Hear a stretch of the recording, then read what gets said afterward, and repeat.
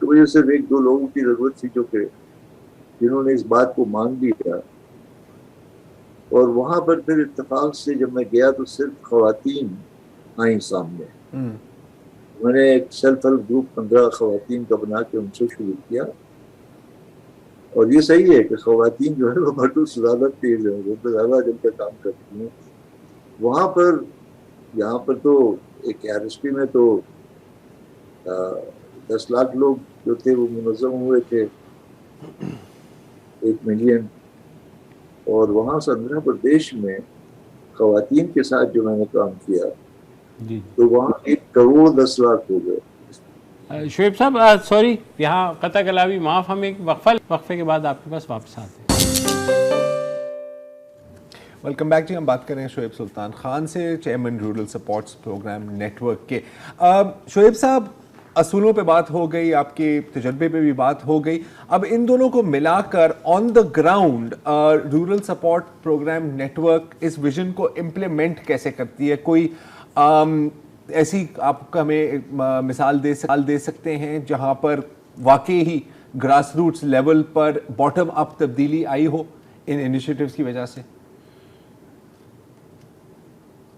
جیسے سندھ گورنمنٹ نے جب سندھ رورل سپورٹ آرگنائزیشن بنایا تو مجھے بلایا, قائم علی شاہ صاحب اس زمانے میں چیف منسٹر تھے, پریزنٹیشن دی. جب میں نے پریزنٹیشن دیا تو ایک RSP کا بھی بتایا, ہندوستان کا بھی بتایا, تو اس سے کہنے لگے آپ کے پاس تو غربت کا نسخہ نظر آتا ہے. میں نے کہا وسائل نہیں ہیں. تو انہوں نے کہا 2 ڈسٹرکٹ ہیں, یہ کشمور شکارپور, اس میں آپ کام کریں. میں نے ان سے کہا میں صرف خواتین کے ساتھ کام کروں گا. تو پہلے تو وہ ہنسے, کہنے لگے کہ خواتین تو آپ سے بات نہیں کریں گی, منہ مڑ کے کھڑی ہو جائیں گی. بہرحال میں نے کہا منہ مڑ کھڑی ہو گئی تو نہیں ہے, لیکن یہ کہ آج یہی پروگرام ہے جو 15 ڈسٹرکٹ میں چل رہا ہے, اور تقریباً 20 کے قریب ہو گئے ہیں, اور 30 لاکھ خواتین جو ہیں وہاں منظم ہو گئی ہیں. اور ان کی اگر آپ تو کراچی میں ہیں, وہ جا کر کے کبھی سکر آپ چلے جائیں, وہاں پر وہ آپ کو ٹھہرائیں گے بھی اور دکھائیں گے بھی, اور اب آپ دیکھیں ان خواتین کی حالت ان کے ساتھ کام ہوا ہے کتنی بہتر ہو گئی. تو یہ نہیں ہے کہ اس کا اثر نہیں ہوتا ہے, اس کا اثر, لیکن اس میں ضرورت یہی ہوتی ہے کہ وہ وسائل ہوں, اور اگر اسکیل پہ جانا ہے تو گورنمنٹ کی سپورٹ ہو. سندھ گورنمنٹ واحد گورنمنٹ ہے پاکستان میں جس نے کہ اس کو پوری سپورٹ دی ہے اور دے رہی ہے. قائم علی شاہ صاحب کے بعد مراد علی شاہ صاحب چیف منسٹر ہو گئے, انہوں نے بھی بہت سپورٹ کیا. وہاں کے جو افسران ہیں انہوں نے بھی کیا, اور پولیٹیکل کمٹمنٹ بھی ہے. بلاول صاحب اکثر کہتے ہیں کہ یہ میرا سب سے بہترین پروگرام ہے. اور باقی جگہ بھی جہاں پر کہ جیسے ساؤتھ پنجاب میں کافی جگہ ہم نے کیا ہے نیشنل رورل سپورٹ پروگرام میں, تو وہاں پر بھی یہ افاد والوں نے سپورٹ کیا تھا, اور چینجز. تو جو شعیب صاحب مطلب کہ پنجاب, ساؤتھ پنجاب کی آپ نے بات کی, میں بلوچستان کا بھی پوچھنا چاہ رہا ہوں, کیونکہ آپ کو پتہ ہے کہ زیادہ تر انڈیکیٹرز میں بلوچستان از ایٹ دا باٹم. وہاں کوئی حکومت نے, صوبائی حکومت نے کوئی زیادہ انٹرسٹ دکھایا ہے, نہیں دکھایا, مطلب کیا کہتے ہیں وہ؟ صوبائی حکومت نے تو نہیں دکھایا, لیکن یورپین یونین نے, بلکہ یہ ہمارا بھی ہے, سندھ کا بھی یہی ہوا تھا کہ یورپین یونین نے جب دیکھا ہم نے یہ 4 ڈسٹرکٹس میں کام کیا ہے, تو وہ آئے ہمارے پاس, یہاں پر میرے پاس اسلام آباد میں, کہنے لگے کہ یہ تو بڑا اچھا پروگرام ہے. We have never seen empowerment of women in such way, جو ہم نے سندھ میں دیکھا. تو انہوں نے 8 ڈسٹرکٹ کے لیے اور ہمیں پیسے دیے کہ آپ کریں, اور اس کے بعد خیر پروونشل گورنمنٹ نے کچھ باقی ڈسٹرکٹ تک تو اب تقریباً 20 میں پہنچ گئے. تو اسی طرح سے انہوں نے بلوچستان کے لیے بھی ہمیں کیے. وہاں پر 2 پروگرام ہیں, بلوچستان رورل سپورٹ پروگرام اور نیشنل رورل سپورٹ پروگرام, کو وہاں پر بھی غربت کے علاقے میں کر رہے ہیں.